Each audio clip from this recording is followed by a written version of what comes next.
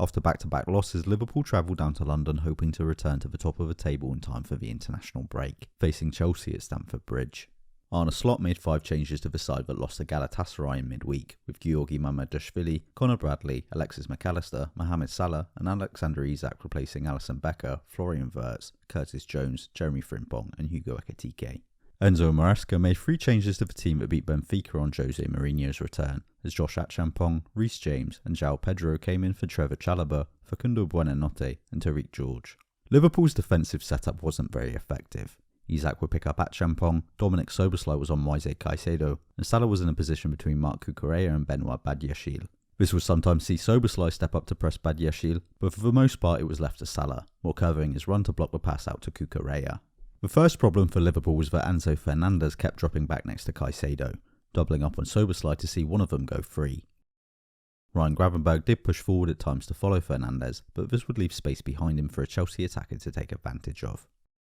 This made it easy for Chelsea to play around Salah. He would block the pass out to Cucurella for Badiashile, but Chelsea could simply play the ball into a midfielder and they could pass it into him instead. Chelsea didn't have to do this though.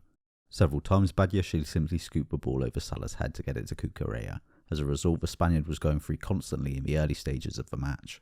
Although not including Cucurella, elements of this could be seen in Chelsea's opening goal. With Salah concerning himself with Cucurella, Soboslai stepped up to pressure Badiashile while blocking the pass into Caicedo.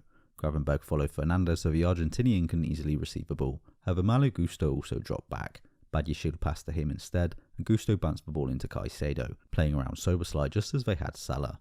With Gravenberch pulled forward, McAllister was left outnumbered in midfield, and Caicedo pushed forward into space, before firing a shot into the top corner from range.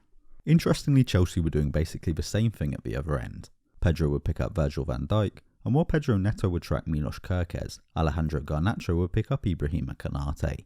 Cucurella would push up a little to keep an eye on Bradley, but not wanting to stray too far from his backline, he wouldn't get tight to him, leaving him in space on the right. Liverpool barely made use of this though. Mamardashvili looked uncomfortable in possession, not helped by his teammates constantly passing to his weaker right foot, and so he kept kicking the ball long.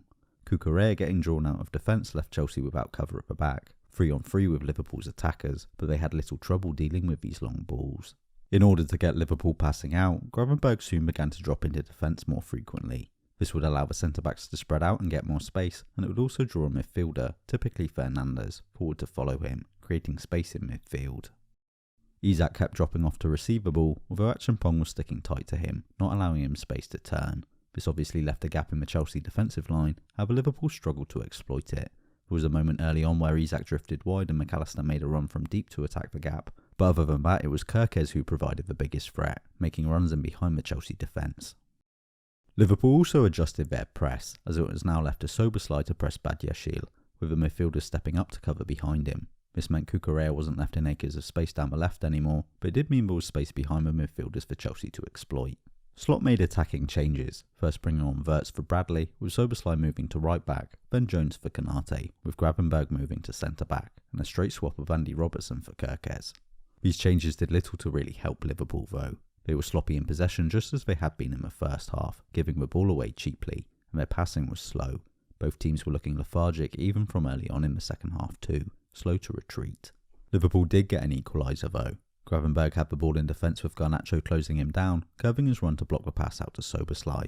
All the midfielders were closely marked, however Isak dropped off into space, so Gravenberch played the ball into him and he passed back to Soboslai, playing around Garnacho's pressure. This left the Hungarian free, so he pushed forward on the ball before offloading it to Salah. The Egyptian cut inside, pushing Cucurella back, creating space for the overlapping Soboslai to cross, and Isak's neat touch was enough to set up Cody Gakpo to finish. For the most part, Chelsea appeared to be targeting Soboslai at right back in the second half. They would cross towards the back post, they would knock passes to runners in behind him, and they would push players forward to double up on him. It was down this side that Chelsea got their stoppage time winner, although in this instance it had little to do with Soboslai. With Liverpool getting players back to give the Hungarian cover, Chelsea's attack appeared to have broken down, only for Fernandes to slip a pass through to Cucurella. Watruendo and Gravenberch were both caught ball watching, so Cucurella had the space to cross to Estevao at the back post, who himself benefited from Robertson's slow reactions to finish. Liverpool got plenty of players back in defence for once, yet they were still undone by shoddy defending. This was a real stinker of a game, with what little tactical interest there was undermined by poor execution. neither side impressed, but the more deserving did go away with the 3 points. If you enjoyed this video, please like and subscribe to support the channel. This will help show my work to more people and ensure that you see future videos. You can also help me out by sharing this video with people you think would like it. You can keep up with what I'm working on by following on social media, links are in the description, but most importantly by supporting Holding Midfield on Patreon. Without financial support, these videos will simply cease to exist, as they just require too much time and effort. So if you enjoy these videos and would like to see more of them, please consider helping me out financially, and in return you'll get access to exclusive content, as well as early access to those that appear on YouTube. Thanks for watching.